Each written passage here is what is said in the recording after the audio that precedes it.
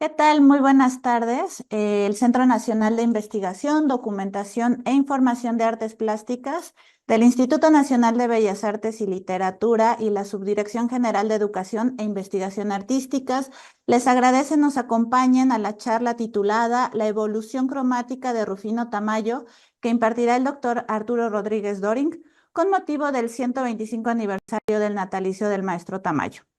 El doctor Rodríguez Doring es investigador del CENIDIAP, artista visual y docente. Ha participado en exposiciones colectivas individuales en México y en el extranjero. También ha impartido cursos y talleres en distintas instituciones de México y cuenta con diversas publicaciones en temas sobre crítica e historia del arte. Sin más, le cedo la palabra al doctor para que nos cuente sobre este aniversario y sobre su tema de la cromática en el maestro Rufino Tamayo. Adelante, doctor. Tiene apagado su micrófono. Perdón, muchas gracias de verdad al CENIDIAP, al personal del CENIDIAP, la gente de difusión, la coordinación de investigación y por supuesto también al Centro Nacional de las Artes y la gente que nos apoya a través del Canal 23. Y por supuesto muchas gracias a todas las personas que estén aquí escuchándonos. Bueno, pues sin más, pues vamos a dar inicio. ¿Qué mejor que celebrar el natalicio que hubiera sido de 125 años, hubiera cumplido, ojalá, 125 años el maestro Rufino Tamayo, que como todos sabemos nació en Oaxaca, muy jovencito vino a vivir a la Ciudad de México. Hay un asunto aquí que es un dato innegable, que trabajó de muy jovencito, de niño, con su tía, con quienes vivía aquí en la Ciudad de México, en el mercado de la Merced, donde tenían un puesto de frutas, y sus parientes querían que él estudiara contaduría, de algún modo para hacerse cargo del negocio familiar. Él optó por ir a la Academia de San Carlos como oyente en un principio y estuvo ahí varios años, hasta más o menos 1920. Bien, el asunto del color, que es el tema que más he trabajado, eh, es un tema muy importante en la obra de Rufino Tamayo, una constante durante toda su vida, pero que no se había estudiado mucho, como que todos decíamos, pues es que Tamayo es el máximo colorista. Carlos Pellicer alguna vez escribió que había nacido con las manos llenas de color. Luego una crítica de arte en Estados Unidos dijo que era lógico, pues que puesto que era de Oaxaca y Oaxaca estaba en medio de dos enormes culturas muy coloridas, que eran, según ella, por supuesto, los mayas y los aztecas, cosa que no podemos demostrar de ninguna manera. Entonces, los estudios del color no son tan antiguos. Se ha descubierto mucho que las culturas antiguas hacían mucho uso del color y vamos a ver la primera imagen, que es una reconstrucción del Palacio de Cnosos en Creta, en la época minoica, más o menos, como dice aquí, 1500 antes de Cristo, que es la época que coincide con las epopeyas homéricas. Y sí, pues mucha gente se ha escandalizado porque estamos acostumbrados a ver los templos griegos blanco y negro, en blanco, ¿no? Que es la pintura que se ha perdido. La siguiente, por favor. Entonces, esta es una reconstrucción que han hecho unos científicos en Alemania en años muy recientes, más o menos a partir de los años 90 del siglo pasado, donde con técnicas muy sofisticadas han descubierto rastros microscópicos, ¿sí? O sea, si nos acercamos a las columnas del Partenón, a simple vista no se va a ver ni un puntito azul ni rojo, simplemente raspando con microscopios electrónicos se han encontrado residuos de estas partículas casi a nivel molecular de pigmentos muy coloridos y estas son reconstrucciones que incluso se exhibieron hace casi 10 años en el Museo del Palacio de Bellas Artes, y lo que es muy afortunado, se acompañaron de algunas piezas de nuestro pasado prehispánico, donde también se ha comprobado que también estaban todas llenas de color. Vamos a pasarlas así un poquito rápido. Entonces, para darnos cuenta de cómo podrían haber sido estas figuras. Y esto es, bueno, esta es una urna de cerámica con el color original, o sea, estas urnas como estuvieron quemadas y posteriormente enterradas durante cientos de años, conservaron el color original. La siguiente, por favor. Y bueno, este fue un hallazgo en los años 70 en el centro histórico de la Ciudad de México. Es una piedra que mide como 3 metros de diámetro. Y pues la tendencia en aquel entonces era limpiarlas con cepillos de alambre, con cepillos como de dientes, y quitarles toda la mugre que se llevaron todo el rastro de color. Aquí viene una reconstrucción del color original de esta piedra conocida como la polvo del Chalqui, por favor. La siguiente. Entonces, sigue causando mucho desconcierto ver estas piezas así, pero es un hecho. Vamos a ver la siguiente, por favor. Este monolito fue hallado hace muy poco y lo primero que hicieron los arqueólogos fue estabilizar el color. La siguiente, por favor. Y habría sido más o menos así. La foto anterior fue tomada por una visitante no profesional y con la luz muy tenue de la sala de exhibición se veían los colores como mucho más intensificados. Son colores que están perfectamente identificados, son el rojo y el amarillo son óxidos de fierro, y el color no habría sido tan intenso, pero sí muy cercano a lo que vemos aquí, que es lo que podemos ver también en los restos de pintura mural prehispánica, como en Teotihuacán y en Bonampak, por supuesto. Así. Esta es una fachada de una iglesia en Italia, en el noroeste de Italia, con los colores originales.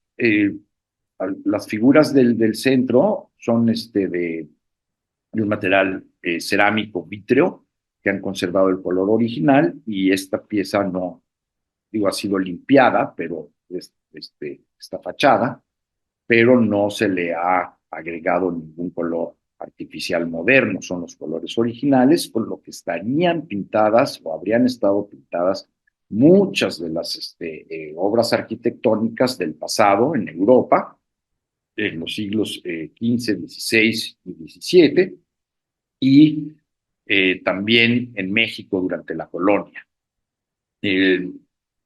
Los escultores renacentistas como Miguel Ángel, que todos conocemos, creyeron, como muchos de nosotros, que las esculturas griegas y romanas eran blancas, y ellos siguieron ese ejemplo, lo cual se transmitió, por supuesto, a la academia en México. Los escultores del final de la colonia y principios de nuestra era como un país independiente, durante el siglo XIX estuvieron haciendo mucha estatuaria con los colores originales del material, es decir, el blanco del mármol y el cobrizo del bronce, ¿no? Entonces, cuando llegaron los europeos a América, especialmente en el siglo XVII, cuando llegaron los anglosajones a parte de Estados Unidos y Canadá, pues eran protestantes, puritanos, que aborrecían el uso del color y les pareció de lo más primitivo. Rufino Tamayo, cuando llegó por primera vez a Estados Unidos, siempre fue considerado como un artista primitivo por ser, uno, mexicano, dos, oaxaqueño, el indio oaxaqueño que no fue, nunca jamás aprendió zapoteco, por ejemplo, y esta idea de que los artistas mexicanos debíamos ser folclóricos, primitivos, etcétera, como habían sido los habitantes originales de nuestro continente, así. Entonces, el fundador, digamos, del protestantismo, Martín Lutero, vestía estrictamente de negro, de colores muy oscuros y muy poco cromáticos. Este que viene es un retrato de un comerciante holandés, es un retrato de Rembrandt, la siguiente, por favor. Vestido estrictamente a la usanza este, el calvinismo y el puritanismo. Perfecto. Los estudios del color, bueno, parten del siglo XVI. En Inglaterra tenemos los experimentos que había hecho Isaac Newton acerca de la descomposición de la luz blanca y los pintores venecianos, donde llegaban casi todos los productos provenientes de Oriente a Europa, en el puerto de Venecia, tenían mucho más acceso a los pigmentos exóticos, como el azul de ultramar, que como sabemos está hecho de una piedra semipreciosa, el lapislázuli molido, y era sumamente costoso, venía de muy lejos, de ultramar, o sea, más allá del mar, concretamente de Afganistán, del moderno Afganistán, y estos pintores tenían acceso a pigmentos que no tenían el resto de los europeos, porque se iban encareciendo cada vez que cambiaban de manos, y cuando llegaban a la Nueva España, por ejemplo, ya eran incosteables. Entonces los pintores novohispanos difícilmente tuvieron acceso a colores tan intensos como los que podemos ver en esta obra que fue restaurada de manera reciente. O sea, estos colores tan intensos no los vieron nuestros abuelos, ¿no? La siguiente. Bueno, esta es una pintura muy conocida del Veronés, donde incluso entre los músicos del centro aparecen el Tintoretto, el Tiziano y algunos de los contemporáneos del Veronés, y que es también otro de los pintores venecianos que hicieron un amplio uso del color. Entonces, en Venecia nace en la época moderna, digamos, el trabajo más colorista de los artistas, porque podían darse el lujo de hacerlo. La siguiente. Otro gran genio que fue a Italia a estudiar, a Tiziano y al Veronés en particular, fue Rubens. Rubens hizo muchas copias de Tizianos. Como sabemos, él era de los Países Bajos, y trabajó mucho en Amberes, principalmente en moderna Bélgica. Y esta es una alegoría al color, ¿no? Entre los alquimistas, pues por supuesto que el arco iris y el pavo real son símbolos. Entonces, Juno está acompañada de iris y aparece el arco iris detrás.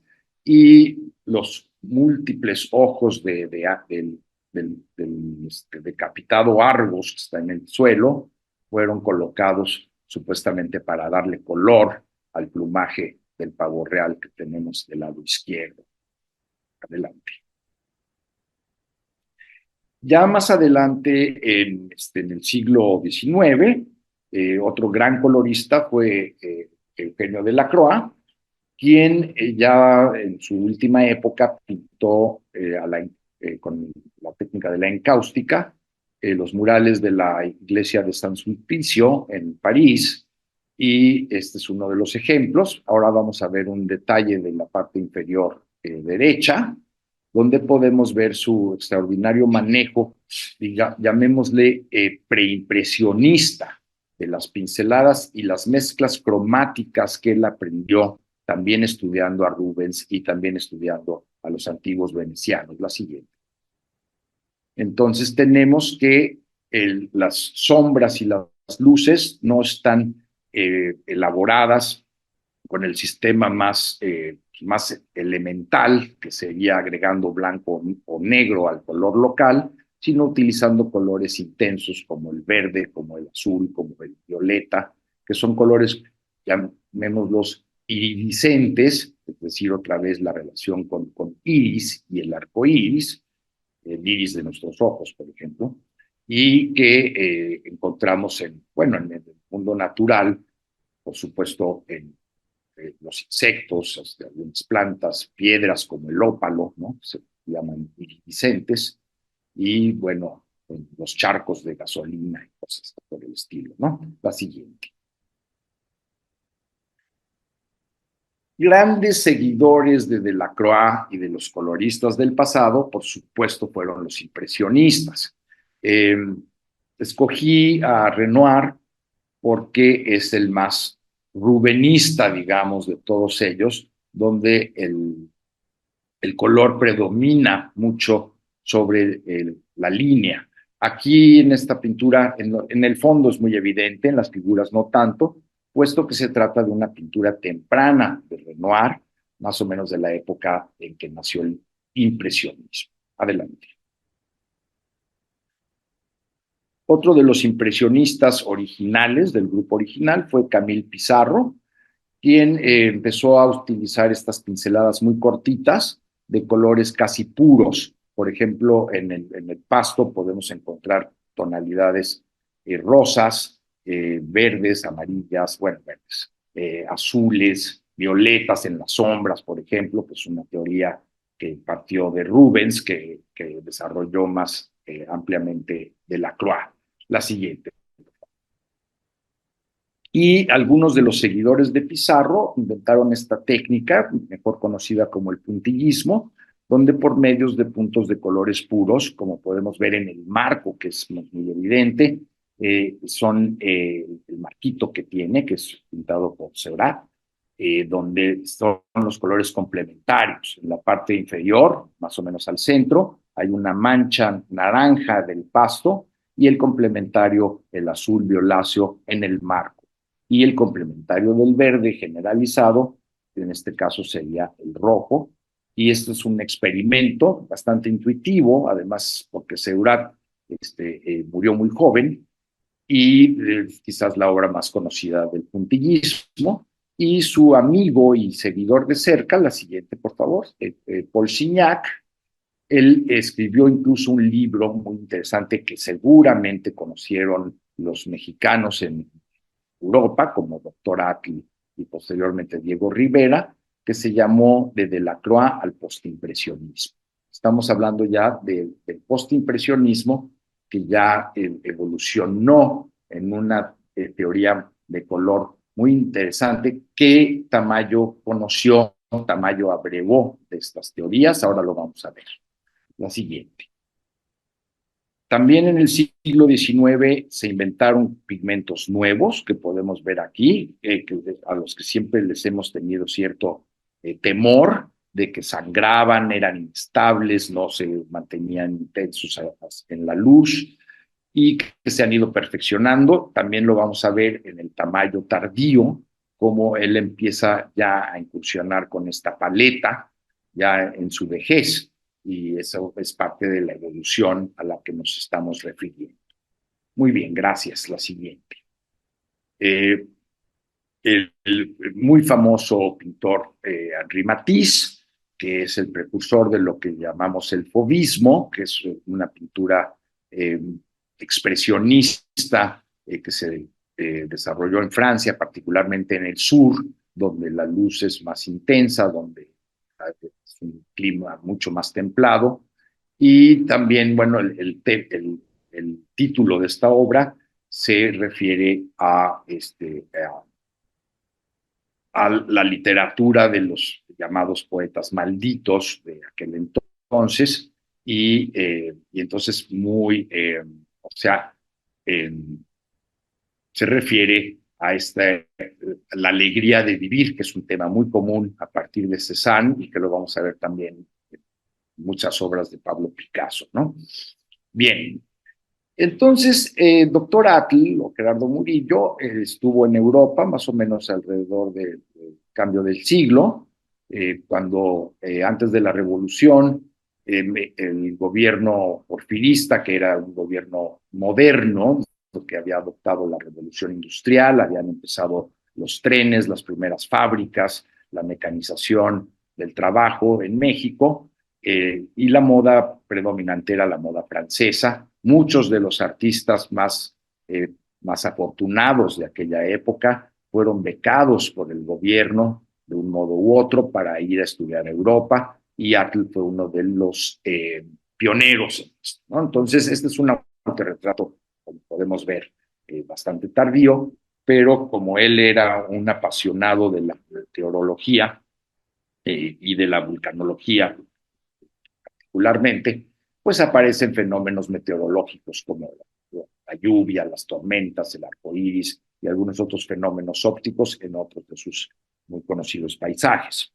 Él fue profesor en la Academia de San Carlos, que es donde estudió el joven Rufino Tamayo. La siguiente. Y Saturnino Herrán, un espléndido colorista que no viajó a Europa, lo podemos ver aquí de manera muy evidente en el torso de este campesino, donde otra vez el color es la parte fundamental del volumen. O sea, el volumen no está hecho, como dije, con luces, con blancos y negros, digamos, sino que con colores bien definidos, amarillos, verdes, violetas, etcétera, ¿no? Entonces, Herrán fue maestro de Rufino Tamayo, la siguiente, y también Germán Gedovius, que había estado concretamente en Alemania, su familia, su padre era alemán, y además él era sordomudo, y entonces él viajó a Europa con esperanzas de que le pudieran curar la sordera particularmente, de la que padeció, y fue, aquí es como digo, tiene muchos rasgos postimpresionistas, especialmente en el fondo, y que podemos entender cómo fue que pudo transmitir a sus discípulos, en el caso concreto de Rufino Tamayo. Tamayo, en algunas de sus entrevistas, dice que tomaba clases de color con Leandro Izaguirre y que no les habían enseñado nada, pero esto lo podemos contrademostrar. La siguiente.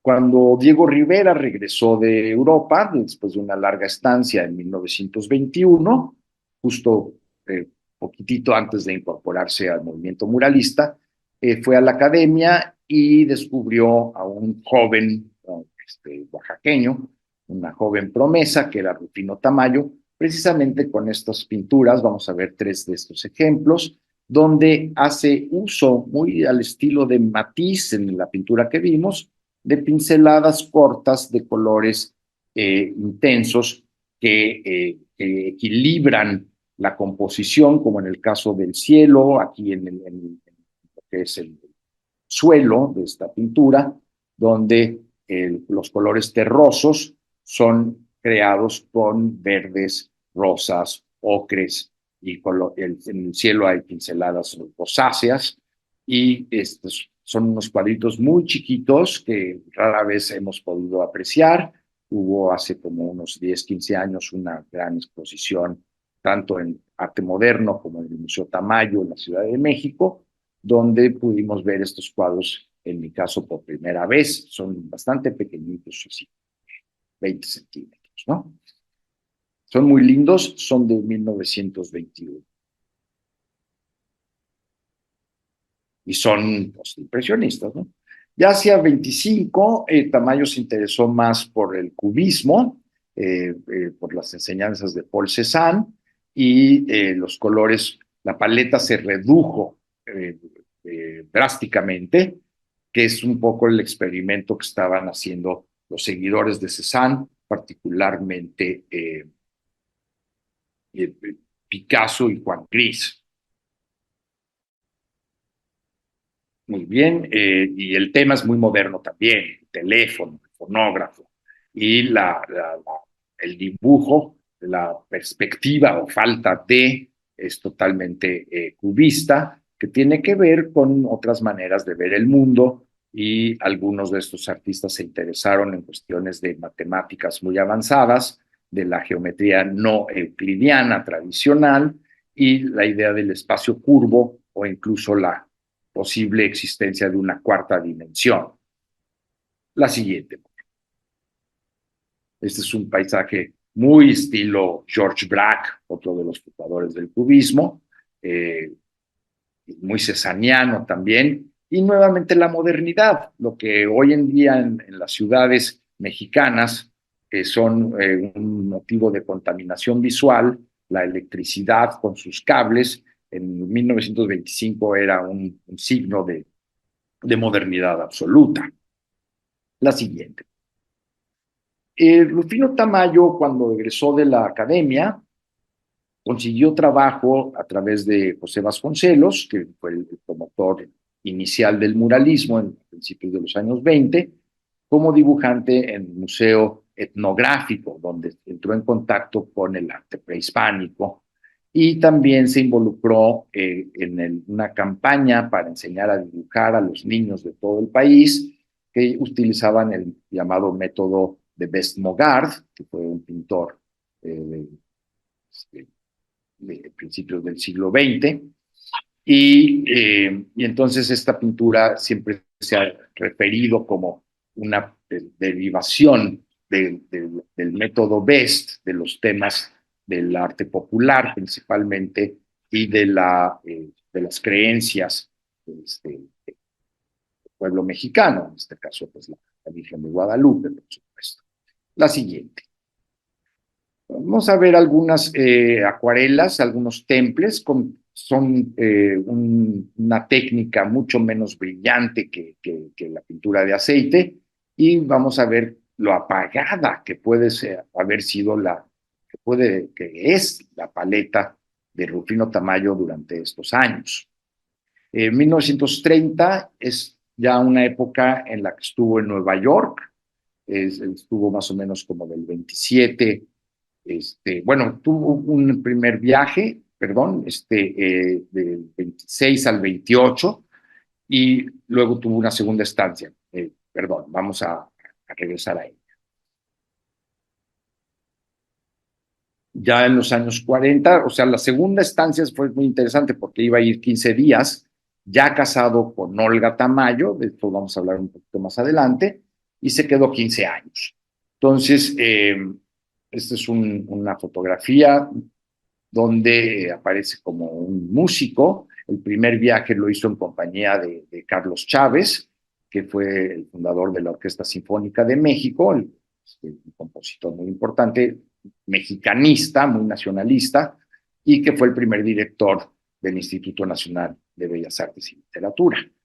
Y esta es otra fotografía de Irving Penn, un fotógrafo muy importante en aquella época, era fotógrafo de la revista Vogue, hizo retratos de muchas personalidades, y tenemos esta foto de Rufino Tamayo en Estados Unidos. Después del primer viaje tuvo mucha influencia de los pintores metafísicos italianos, el más conocido quizás Giorgio de Chirico, que tan temprano como 1914 estaba haciendo estas imágenes presurrealistas, llamémoslo así, de ese modo, y Rufino Tamayo tuvo mucha influencia de este movimiento, la siguiente, por favor. Que tuvo otros exponentes. Esta es una pintura ya un poco más reciente, de los años 20, y que fueron muy reseñados por los jóvenes críticos de finales de los 20, aquellos poetas, dramaturgos, críticos de arte y algunos pintores de la generación de Tamayo, como Carlos Orozco Romero o Antonio Rodríguez Lozano, Manuel Rodríguez Lozano, quienes fundaron varias revistas, la más conocida, por supuesto, Contemporáneos, alrededor de 1928. Entonces, en estas revistas y en Forma, que fue el antecedente, hubo reseñas sobre Giorgio de Chirico, sobre la cultura metafísica, sobre Dinamo Dotti, que vivía en México, y sobre los nuevos pintores, como Rufino Tamayo, y esto es muy interesante, no hablaron o no escribieron prácticamente nada sobre los muralistas. O sea, Diego Rivera discrepó con el grupo vinculado con contemporáneos desde la aparición del primer número, donde hubo un artículo sobre Rivera que a Rivera le disgustó mucho, firmado por el pintor español García Maroto. Bien, sí, la siguiente, ¿no? Estos son algunos bodegoncitos de los años 20 de Rufino Tamayo, que incluyó en su primera exposición individual. Y la siguiente, que fue prologada por Javier Villaurrutia en el modesto catálogo que se imprimió. Perdón por el letrerito. La siguiente, donde todavía hay mucha reminiscencia del cubismo y mucha, sí podemos ver mucho parentesco con los bodegonistas metafísicos de la Italia de los años 10 y 20.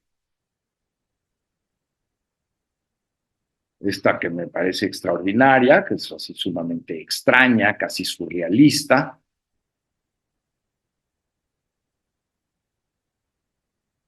Y bueno, aparecen las sandías. O sea, Tamayo sobreexplotó el tema de las sandías.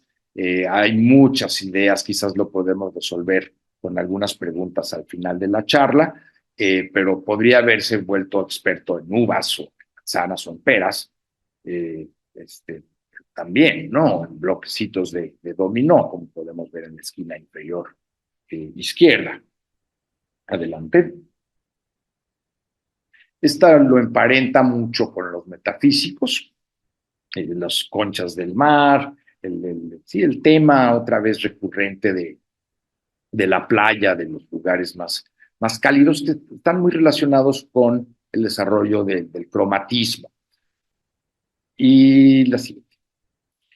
Él empezó a dar clases en la Escuela Nacional de Bellas Artes cuando Diego Rivera fue director brevemente alrededor de 1930, y allí se involucró sentimentalmente con una pintora muy joven que era María Izquierdo, y eh, a veces nos surge la pregunta de quién influyó a quién, ¿no? Porque la pintura que hicieron ambos en los años 30 está muy emparentada en temática, en técnica, paleta, por supuesto, ¿no? La siguiente.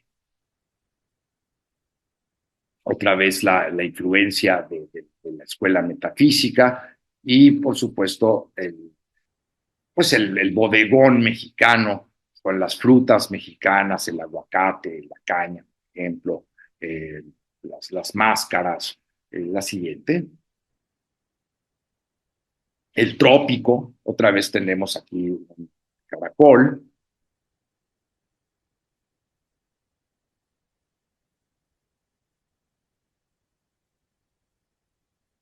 Los mariscos, el paisaje, los cables, otra vez los cables del telégrafo, la industrialización y modernización de México.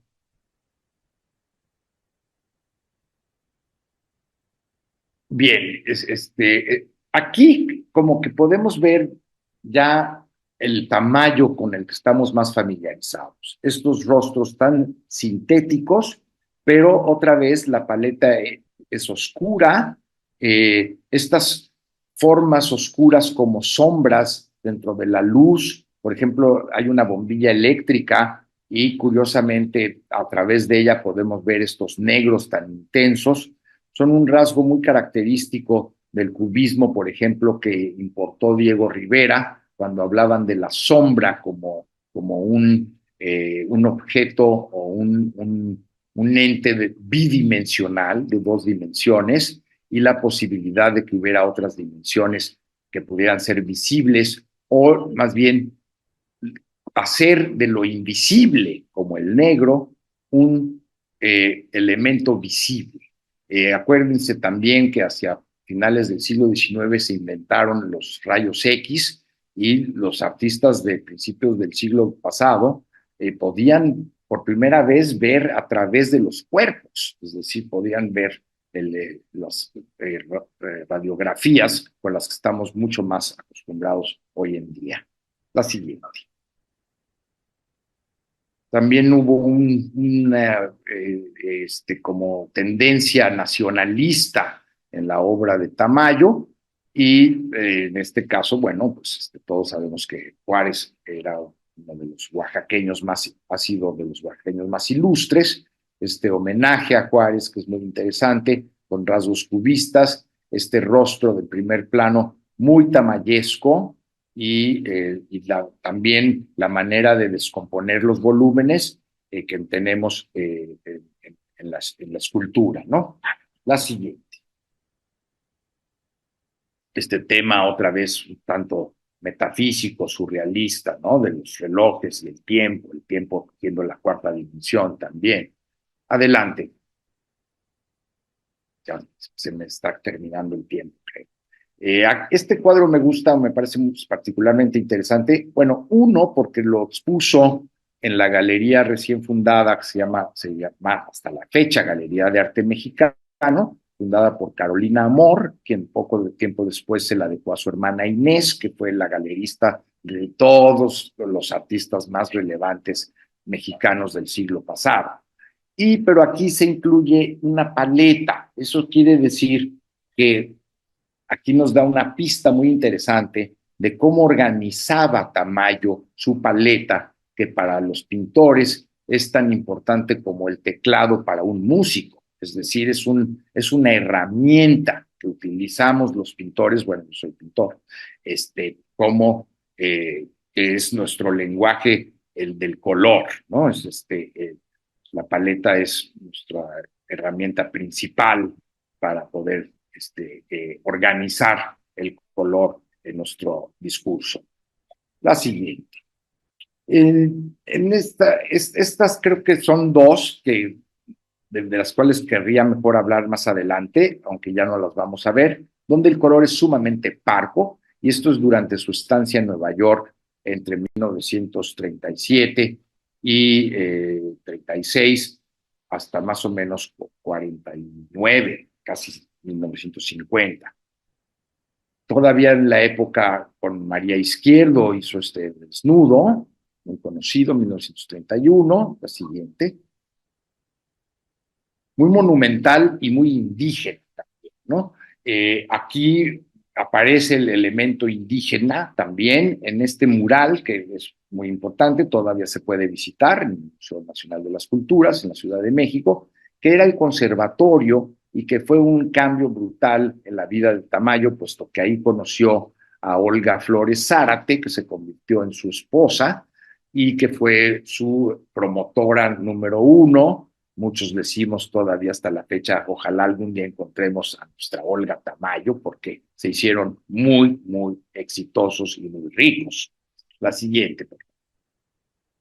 El tema muy muralista del obrero, del revolucionario, la revolución, el arte clásico, la columna, es la cultura occidental. Y miren qué increíble, ya en el cielo aparece este sol eclipsado, que se va a repetir mucho en la obra de Tamayo. La siguiente.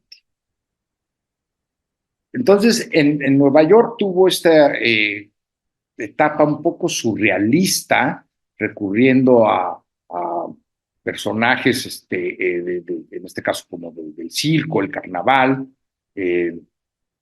y aparece un elemento por primera vez, que lo podemos ver del lado izquierdo, esta figura absolutamente tamayesca, como un maniquí que está a la derecha del payaso del extremo izquierdo. La siguiente. El color, otra vez, muy parco, aunque empiezan a aparecer colores primarios, que en este caso aparece la bandera de Estados Unidos, el rojo y el azul y el blanco, pues están presentes en este cuadro particularmente, ¿no? La siguiente. La vista de Nueva York, un telescopio, esto es muy interesante, Tamayo, vamos a ver más adelante, fue un gran observador del cielo nocturno, y muy interesado en cuestiones científicas de óptica y de astronomía, y por supuesto de las matemáticas que implica. Entonces, este artista supuestamente ingenuo, como lo veían nuestros vecinos del norte, era en realidad un hombre muy educado que hablaba perfecto inglés, francés, etcétera, ¿no? La siguiente. Aquí ya empieza como que entrar en un estilo más conocido, un color un poco más atrevido también, ¿no? Colores intensos, un poco a la manera de los antiguos venecianos. La siguiente. Estos son los cuadros muy parcos que digo, son casi contemporáneos y que pintó en Nueva York.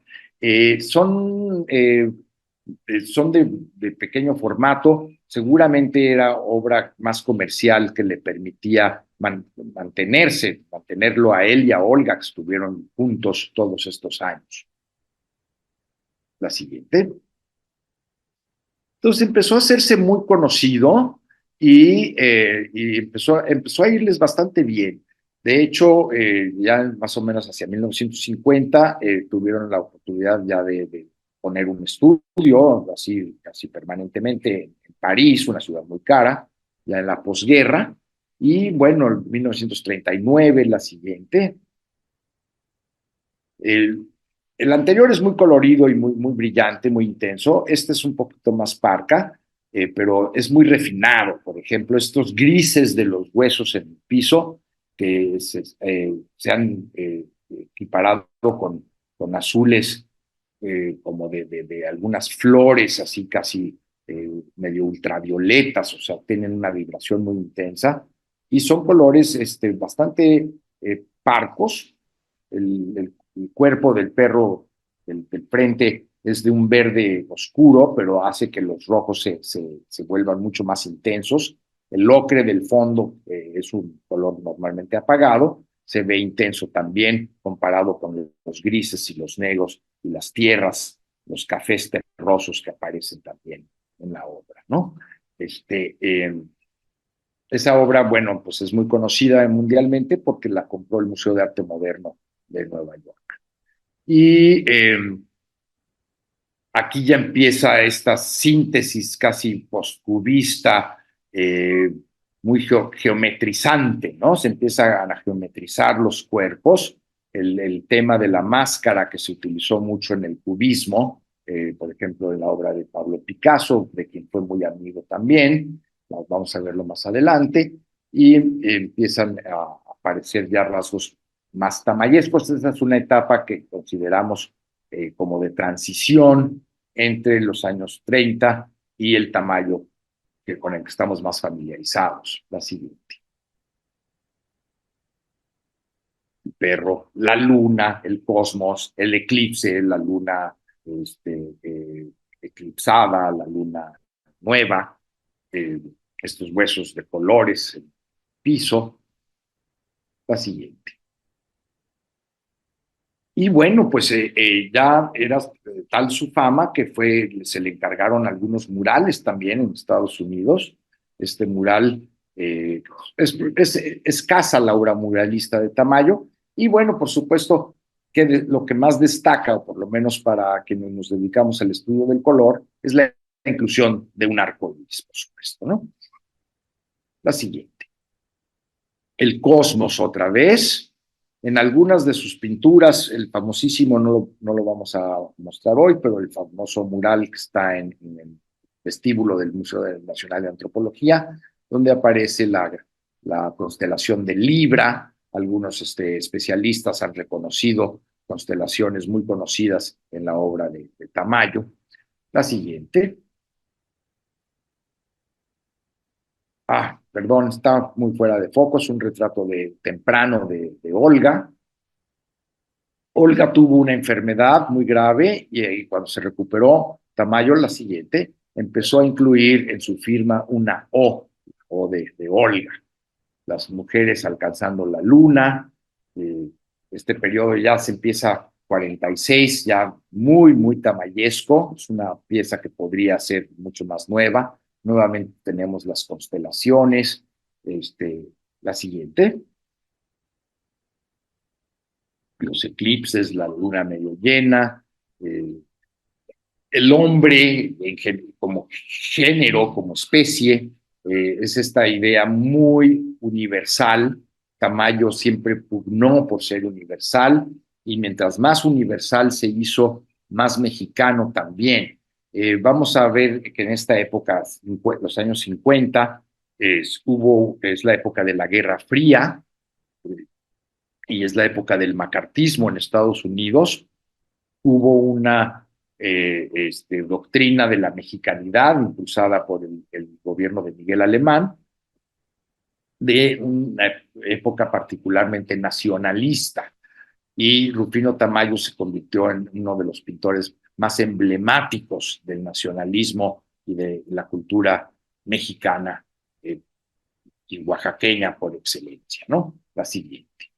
Esta preciosa pintura de las músicas dormidas del Museo de Arte Moderno de Ciudad de México. Otra vez tenemos un color sumamente parco. La reproducción no lo permite, pero está salpicada de colores complementarios, es decir, hay azules y grises y violetas en el fondo. El negro también es muy rico en manchas de naranjas muy oscuros, o sea, cafés, y es muy impresionante verla, poder tener la oportunidad de verla en vivo. La siguiente. Bueno, cuando entró en contacto con ya se fue a vivir a París en los años 50, entró en contacto con la pintura de la posguerra y en los años 50 hubo muchos pintores que trabajaron la monocromía, como Pierre Soulages, que trabajó prácticamente el negro. La siguiente, por favor. La siguiente también. La siguiente. Yves Klein, que trabajó el azul, era el color del cielo, el color del infinito, el color de la nada y del todo a la vez. Había un grupo con el que estuvo relacionado que se llamaba el Grupo Cero, que buscaban otra vez llegar a lo más básico. La siguiente. Y pintores más o menos de los mismos años que ni siquiera se conocían, empezaron a trabajar la idea de la obra monocromática, la siguiente. Ad Reinhardt, la siguiente, una pintora canadiense muy interesante, Agnes Martin. Aquí hay unos rectángulos blancos apenas perceptibles. Jasper Jones, que hizo muchas banderas de colores, hizo esta pintura de la bandera blanca en 55 y me parece impresionante que el 56, la siguiente, Tamayo nos presentara esta otra obra, Las sandías en blanco, ¿no? Muy linda pintura, rara vez expuesta en México. La siguiente. Bueno, en el sur de Francia, este encuentro de los Tamayo con los Picasso, el pequeñito Claude, niño, parte de abajo, una persona no identificada entre Picasso y Tamayo, y la siguiente. Entonces, bueno, ya en 50, Tamayo representó a México junto con los tres grandes, los muralistas más conocidos, que fueron Orozco, Rivera y Siqueiros, y Siqueiros obtuvo un segundo premio como mejor artista no europeo en la Bienal de Venecia.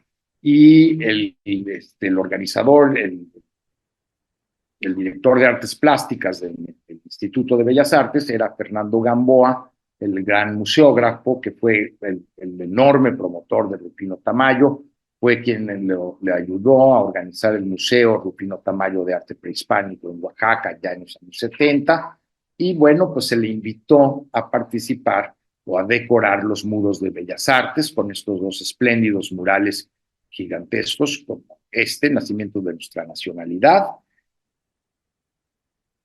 Un detalle donde vemos el color, yo creo que es mucho más cercano a la realidad. Y la siguiente, por favor, donde tenemos de manera muy alegórica los colores de la bandera, ¿no? Verde, blanco y rojo. La siguiente. Entonces, esto ya es el Tamayo con el que estamos más familiarizados, las famosas sandías, esta casi abstracción, un fondo totalmente abstracto, y otra vez poco color, muy bien equilibrado, la siguiente. Este periodo casi abstracto, como dije, o sea, prácticamente abstracto, muy simple, pero con este manejo del color muy interesante, ¿no? O sea, las zonas grises o blancas están matizadas con ocres, amarillentos, verdosos, etcétera. La siguiente,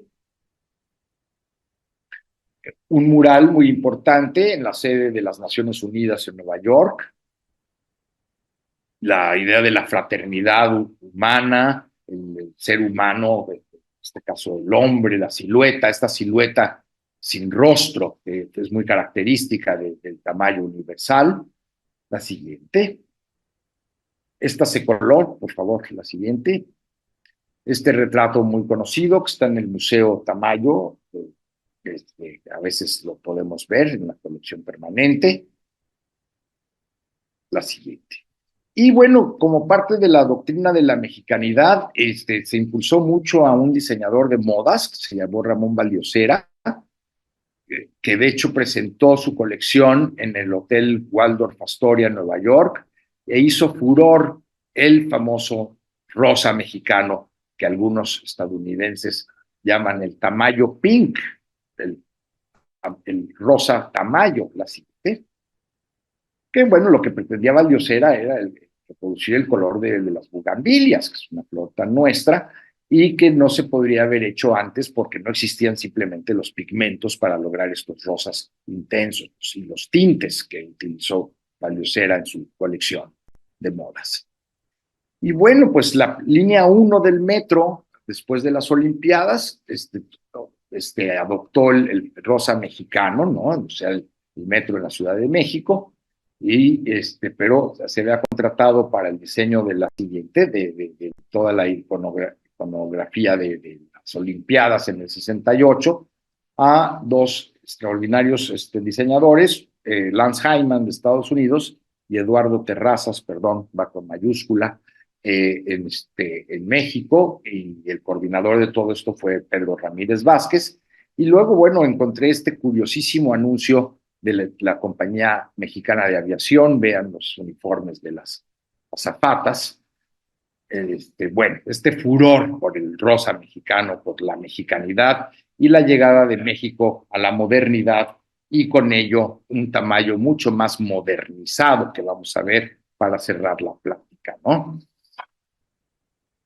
Pareja de niños, vamos a ir un poquito más rápido, este tamaño casi abstracto, 66. Estos años, los 60, coinciden con los artistas que se opusieron a la escuela mexicana. Ya los muralistas, salvo Siqueiros, habían fallecido todos. Siqueiros murió como en 68, cuando completó el 70, cuando completó el Fórum.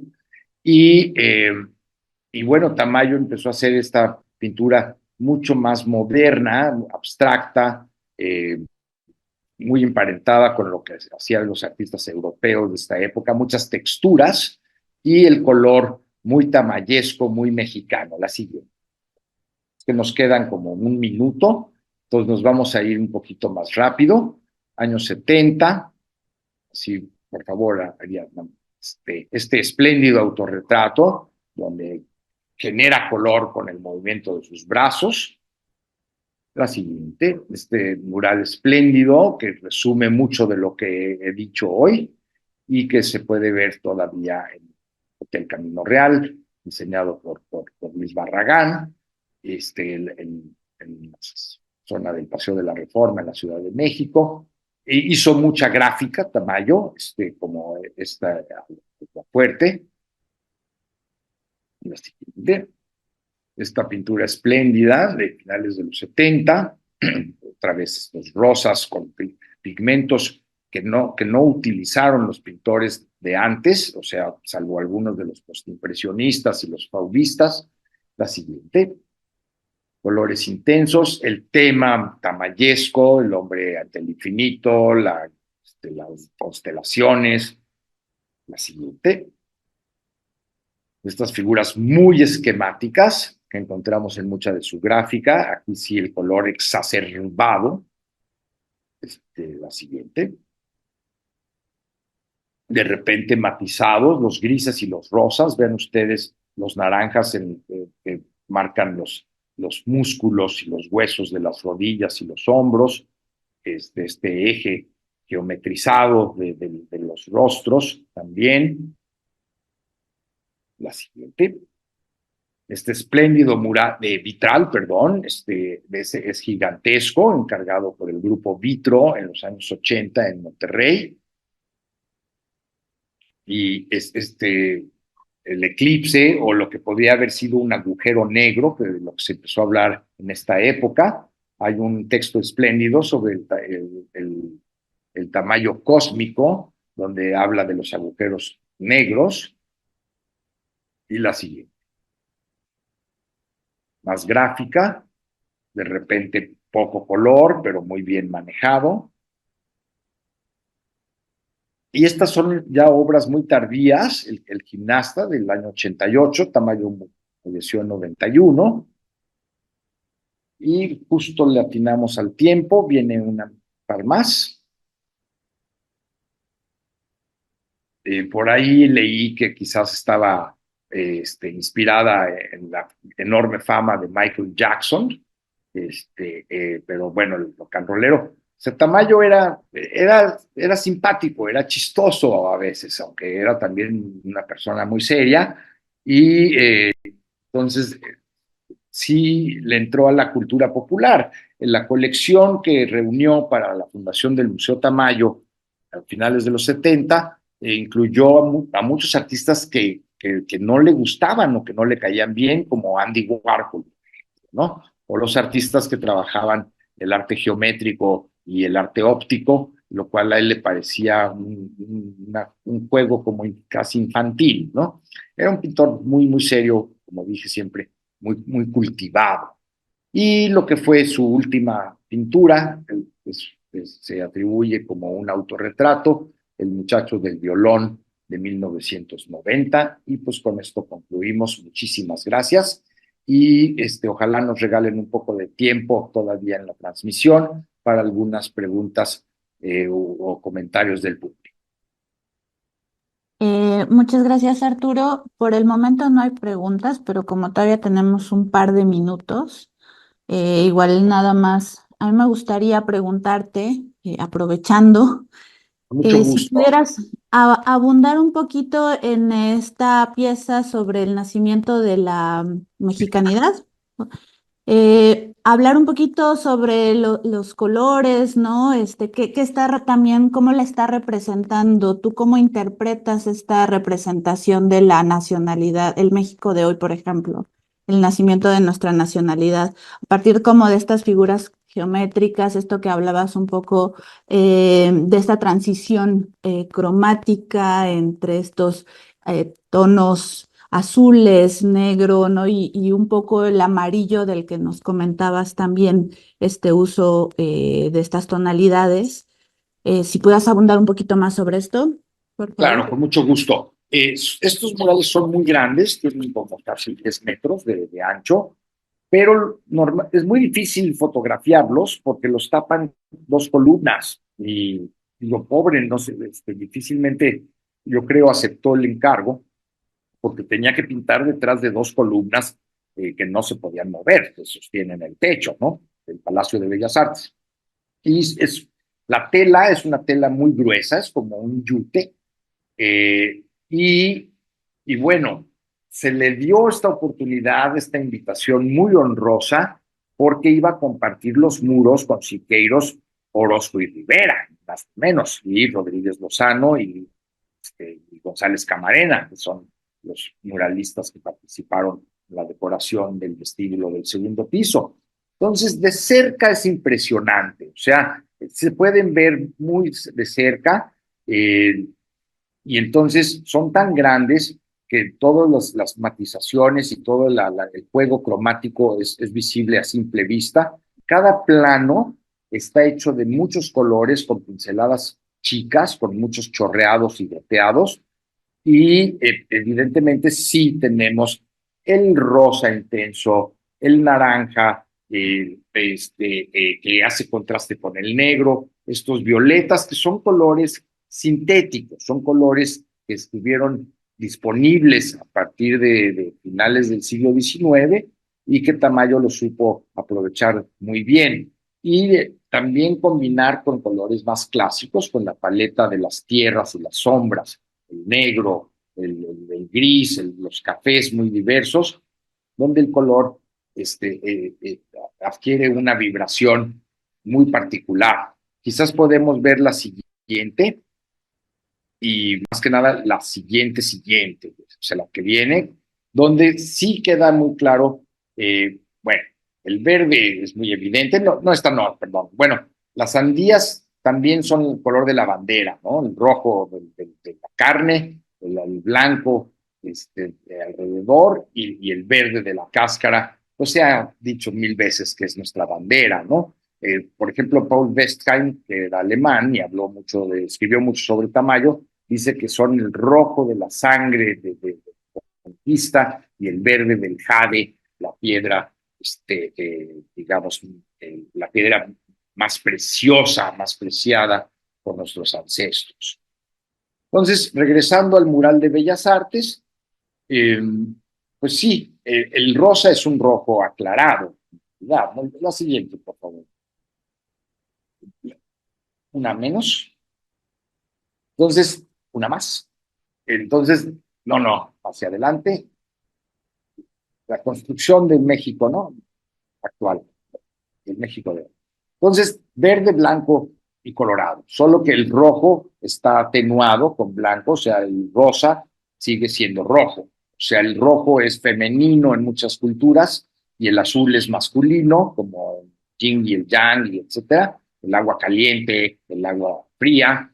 Y los niños que van a nacer, los bebitos en México y en Estados Unidos y en los países europeos, a las niñas se les viste de rosa, es decir, rojo, y a los niños de azul, azul clarito, rojo clarito, rosa y azul pastel.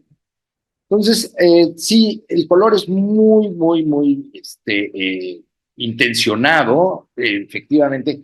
O sea, estos murales iban a quedar para la posteridad compitiendo con Rivera, Orozco y Siqueiros. O sea, que Tamayo se súper aplicó aquí y creo que es de lo más fino, de lo más extraordinario que podemos ver en la obra, además expuesta de manera pública permanente. Ojalá alguien más quisiera comentar algo, hacer alguna pregunta, mientras no. Deja revisar si Corten. hay alguna pregunta, algún comentario o nada más para super checar. Eh, pues no tenemos comentarios ni preguntas. No sé si hay algo más. No. Bueno, los Pues invitamos también a una serie de actividades que va a haber en los museos del instituto, eh, y el CENIDIAP también va a participar en otras actividades por este natalicio 125 de Rufino Tamayo, pues qué mejor pretexto, ¿verdad? Pues sí, muchísimas gracias Arturo por esta charla. Hicimos un recorrido también a través de la historia del arte para recordar algunos aspectos que son importantes al revisar y al disfrutar también la obra de Tamayo. Y efectivamente, bueno, pues va a haber alguna serie de actividades organizadas por el Instituto Nacional de Bellas Artes. El sábado tenemos una retransmisión de una charla que dio el doctor Alberto Arguello, que también es del CENIDIAP, por si la pueden ver en el Museo Estudio Diego Rivera, y también algunas otras actividades que se estarán anunciando. Pues muchísimas gracias, Arturo, por esta charla y gracias a todos los que nos acompañaron. Buenas noches. Muy buenas tardes, muy buenas noches y pues un gusto, como siempre. Hasta luego.